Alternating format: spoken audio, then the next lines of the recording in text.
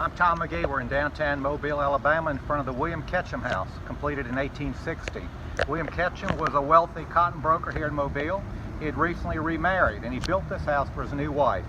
It was completed, as I said, in 1860. They ordered the furniture from New York. The furniture arrived in 1861 as the port was closing as the war broke out. The house has 23 rooms over 4 floors with a spiral staircase connecting them. Mrs. Ketchum was here with her daughters and servants when the war ended, and a group of Union soldiers came in and asked to see the house. They said nothing more. They went from the top floor, which was Colonel Ketchum's billiard room, down to the first floor, which was storage, looked all around, wouldn't say what they were looking for, and left.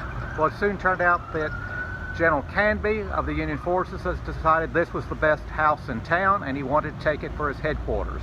Mrs. Ketchum balked at the idea, approached General Canby, who first refused the idea, but later decided it was a good idea. Mrs. Ketchum explained that the house across the street was empty. The Stewart family was in Europe and couldn't possibly come back. Why didn't they just take that fine house?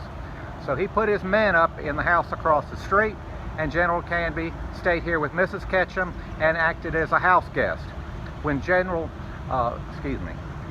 When Major Ketchum came back from his duties in Mississippi with the Confederate Army, he found 2 men in blue blocking his front door. They explained he could not come into his own house without a pass, so he went across the street to the former Stewart house, got a pass, came in, and the story goes General Canby and Major Ketchum became lifelong friends from then on. They got along just fine. The Ketchum house in 1906 was sold to the Catholic Diocese, where it now is owned by the Catholic Archdiocese, and this is where the Archbishop of Mobile lives.